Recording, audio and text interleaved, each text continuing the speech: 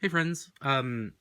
So I wanted to just do a little show and tell because I always like watching these. One is an unboxing of something you've probably seen before, but I'm excited to look at. And another one is a little bit of a curiosity. I think I called it an oddity on my, because I used this for my March of the Pips post this morning. I called it an oddity. I meant to call it a curiosity. That's a kinder word. But I wasn't expecting it. So this first one I got in a trade. The second one I bought. Um, and it came like this. Um I don't know a whole lot about it. But first I already recorded the beginning of this video, and then my phone rang and that shuts off the recorder. So I have to learn my lesson and put the phone on do not disturb, which I did. But the last time I did this, I started with a little note about how much I'm loving this March of the Pips idea. So good on Kelly and Patrick and Otzi and company for putting this out there, because I may have eventually stumbled on reading with pip decks, but I don't know that I would have kind of dug in so deeply if I didn't have this excuse to do it. So I'm loving it, and it's been really fun and really freeing. And both of the decks that I have to show you are pip decks. The first one is, well, they're both sort of Marseille inspired. So I think this is, so I like I said, I got this in a trade. um I traded the Celtic Wisdom Tarot, and took a risk and went with this, because I had never heard of it. It wasn't something I was looking for. Normally I try to stick to decks I know I want, but then I don't know what I don't have, you know what I mean? So anyway, this is by Lady Heather Hall, and her website is ladyheatherhall.com.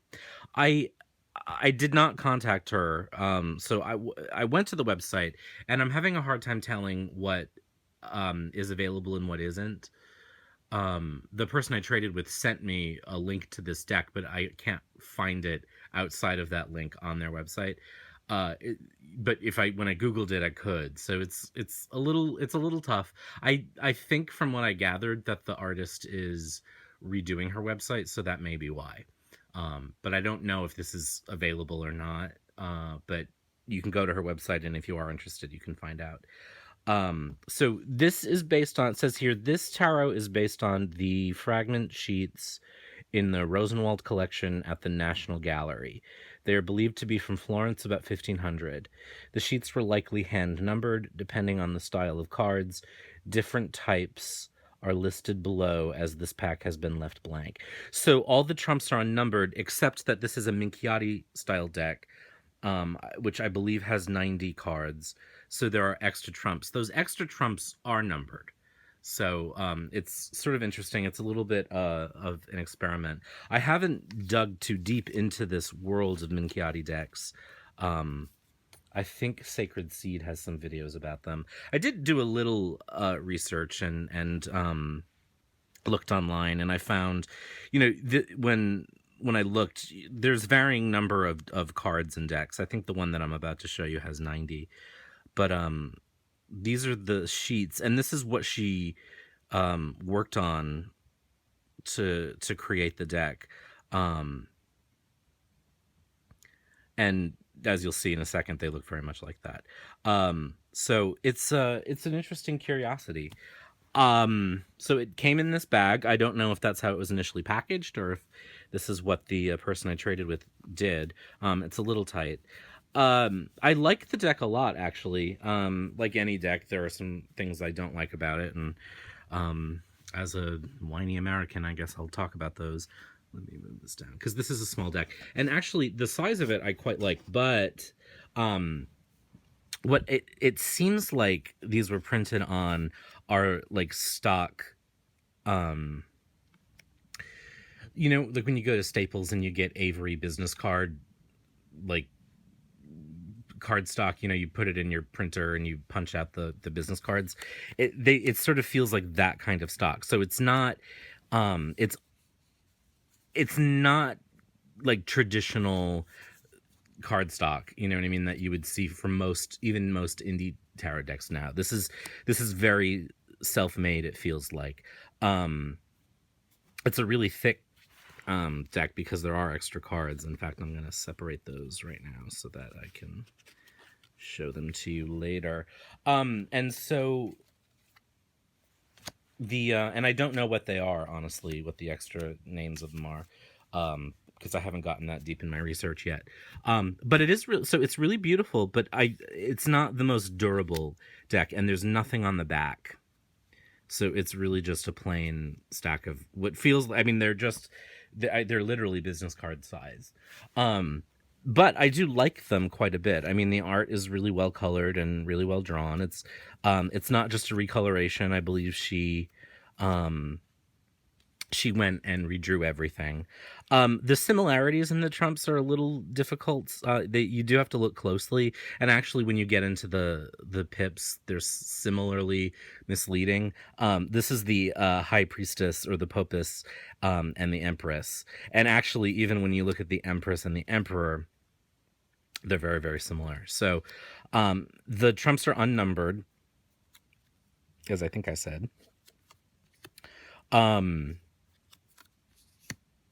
But I really like them. What I think I might do, actually, because it actually shuffles okay, because I used this for my March of the Pips post this morning. I think I said that too. I can't remember if I said it in my first attempt to do this or if I said it in this version. So it does shuffle, but I'm worried that, using it a lot will do some damage to it, because it's not cardstock that is clearly meant to be used this way. Although it does feel nice, it has a nice feel to it.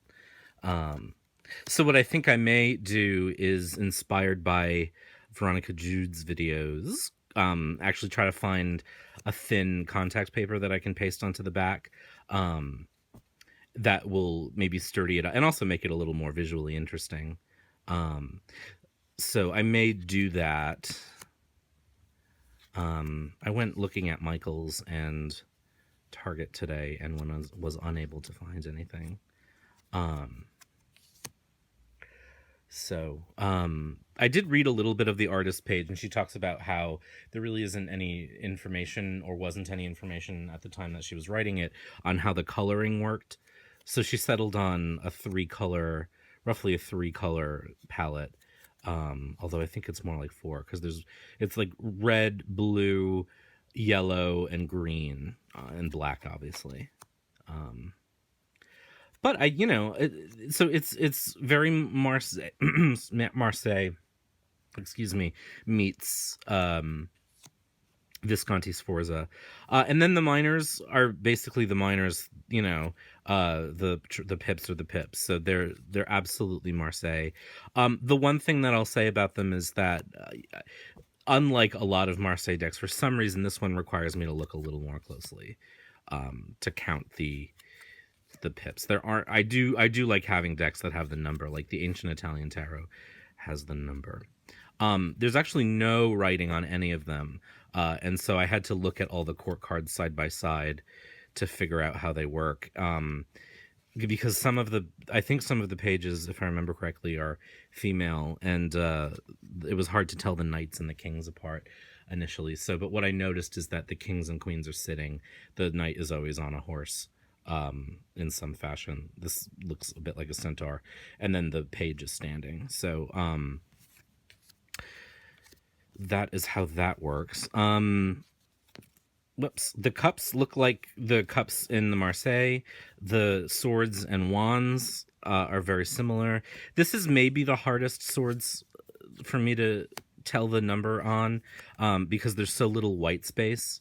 And like a lot of Marseille decks, the only difference between the 8 and the 9 is the sword in the middle. But this does require, I think, a closer look.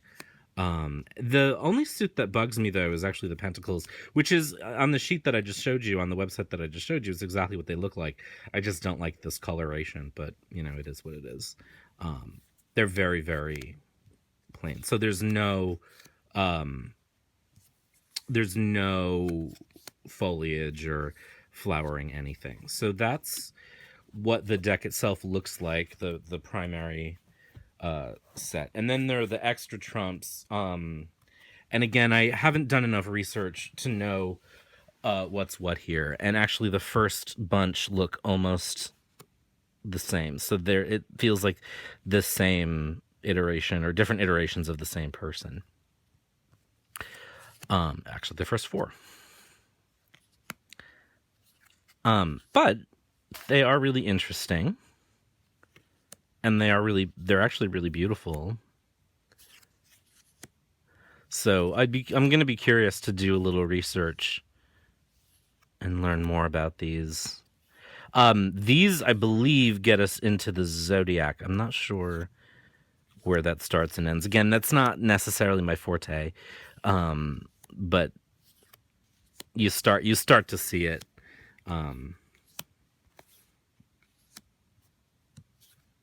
Even for astrological dummies like me. So that is the Lady Heather Hall 1500 Minchiatte tarot deck, which I got this week in a trade. The next one is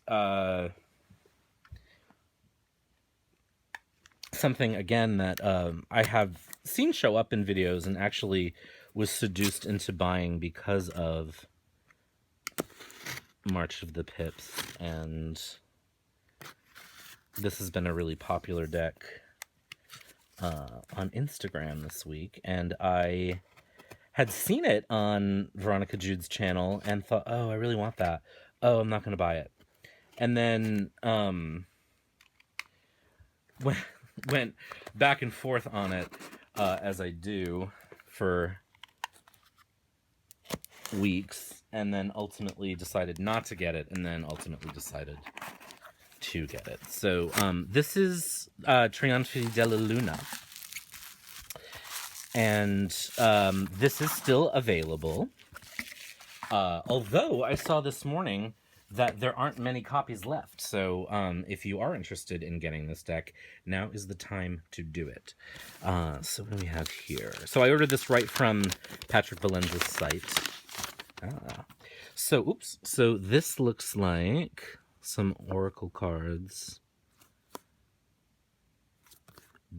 I love his art style. So I don't have the Deviant Moon Tarot, although maybe now I'll get it. I've gone back and forth with that over the years as well. There's happily a borderless edition now, and it's easy to get your hands on. It just never called to me for some reason. You know, I always recognized it as good art. I just never, I don't know, I never reached out to it, but maybe now I will. So the primary reason that I'm doing an unboxing of this is because I knew it was going to be beautifully packaged, and it is. So this has a very sexy look to it, wrapped in this really beautiful gold paper. So nice. And this Ouija board card. That's so great. I saw a rug, excuse me, on Facebook that was a Ouija board, and I thought that was hilarious. And then here's an extra devil card. I like this bag. So again, this is a Marseille deck. I'm not like a careful unwrapper, but I sort of don't want to ruin this paper because it's so nice. But I'm gonna, because I care about what's inside more than what's on the outside. Sorry, my back is killing me. I'm gonna unwrap this out of frame for a moment, if you won't mind. If there's anything interesting to show, I'll show you. But yeah, I mean, people on Instagram have been using this for March of the Pips, and I thought, oh, this looks so cool. I need it, and I bought it, and I don't regret it. I don't. Alright, so there's that. And then the deck itself comes in just a normal tuck box. Triumphi De Luna is in the Marseille-styled cousin of the Deviant Moon Tarot.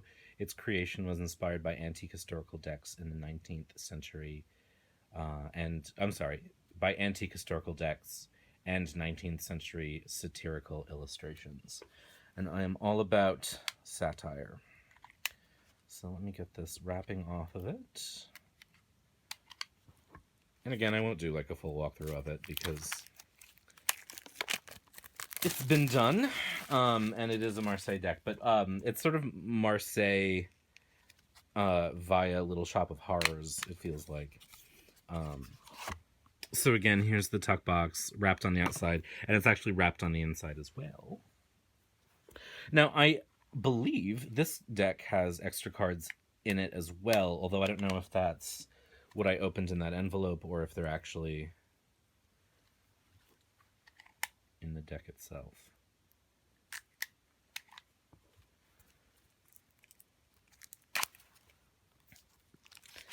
So this is pretty traditional cardstock, which is what you'd expect. It feels really nice. Here we go. So it's sort of a grotesque in a good way. Patrick Valenza's Triumphi De Luna. Triumphi De Luna. Triumphi De Luna evolved from a series of spontaneous ink drawings created on the wrappers of signed Deviant Moon decks.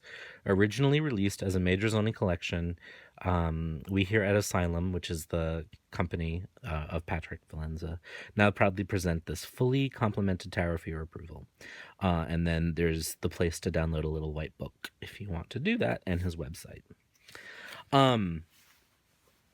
So yeah, it's basically, if you've seen if you've seen the Deviant Moon Tarot and you've seen a Marseille style deck, essentially you've got a pretty decent I mean, it's winky. I don't normally like winky decks, but this is like winky in a naughty way, which I kind of like. It's not winky in like a whimsical way, which I don't necessarily respond to.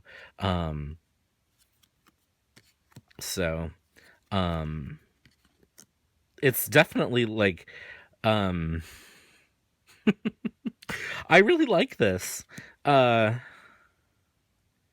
You know, I mean, one reason why I'm really liking this is that it does, it clearly doesn't take itself too seriously, but it's still a practical deck.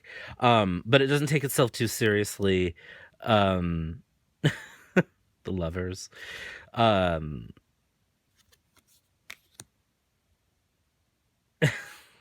I mean, this is going to be a fun deck to walk through, I think.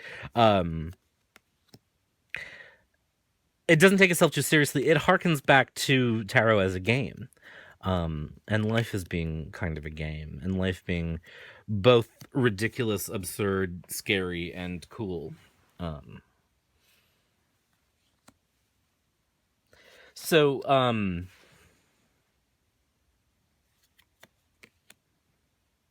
yeah. Anyway, there are definitely walkthroughs. I'm gonna look at this myself too. But here are the wands, and again, it's Marseille inspired.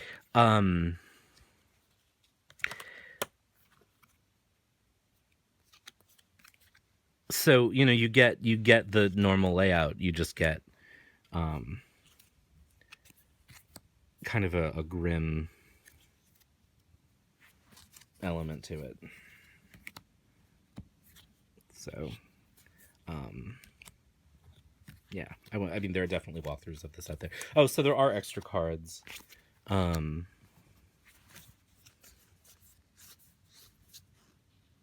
Which are really cool. And then there is another tower card, too, which I had learned. So, that is the Triumphi De Luna by Patrick Valenza, which I'm very excited to go look at right now.